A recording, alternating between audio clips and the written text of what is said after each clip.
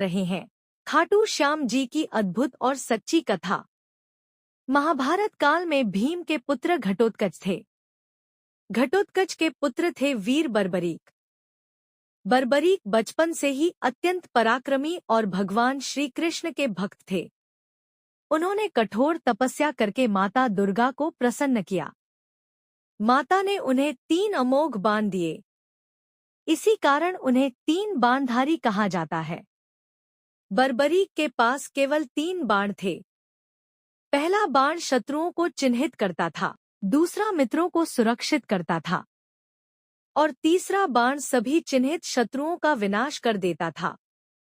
इन 3 बाणों की शक्ति से बर्बरीक अकेले पूरी सेना को समाप्त कर सकते थे। जब कुरुक्षेत्र का युद्ध शुरू होने वाला था, तब बर्बरीक भी युद्ध देखने और उसमें भाग लेने निकले। लेकिन उन्होंने अपनी माता को एक वचन दिया था, मैं हमेशा हारने वाले पक्ष का साथ दूंगा। यही वचन आगे चलकर इतिहास बदलने वाला था।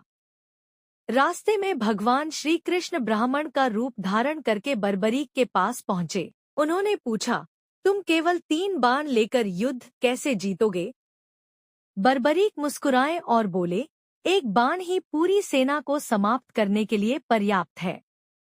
श्री कृष्ण ने उनकी परीक्षा लेने के लिए पेड़ के पत्तों की ओर संकेत किया। बर्बरीक ने बाण छोड़ा। बाण ने पेड़ के सभी पत्तों को चिन्हित कर दिया। लेकिन श्री कृष्ण ने एक पत्ता अपने पैर के नीचे छिपा लिया था। बाण उनके पैर के पास घूमने लगा। तब श्री कृष्ण समझ गए कि बर्बरीक की शक्ति अद्भुत है। श्री कृष्ण ने पूछा, युद्ध में तुम किसका साथ दोगे?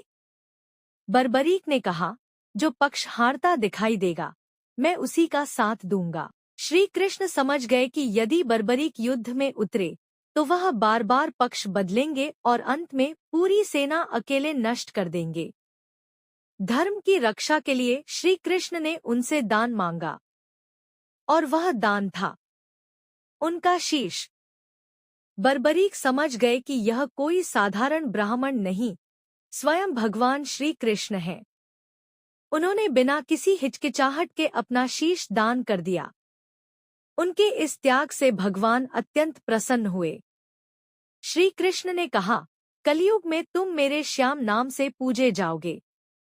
जो भी सच्चे मन से तुम्हें पुकारेगा, उसकी मनोकामना पूर्ण होगी। यही बर्बरीक आगे चलकर खाटू श्याम जी कहलाए।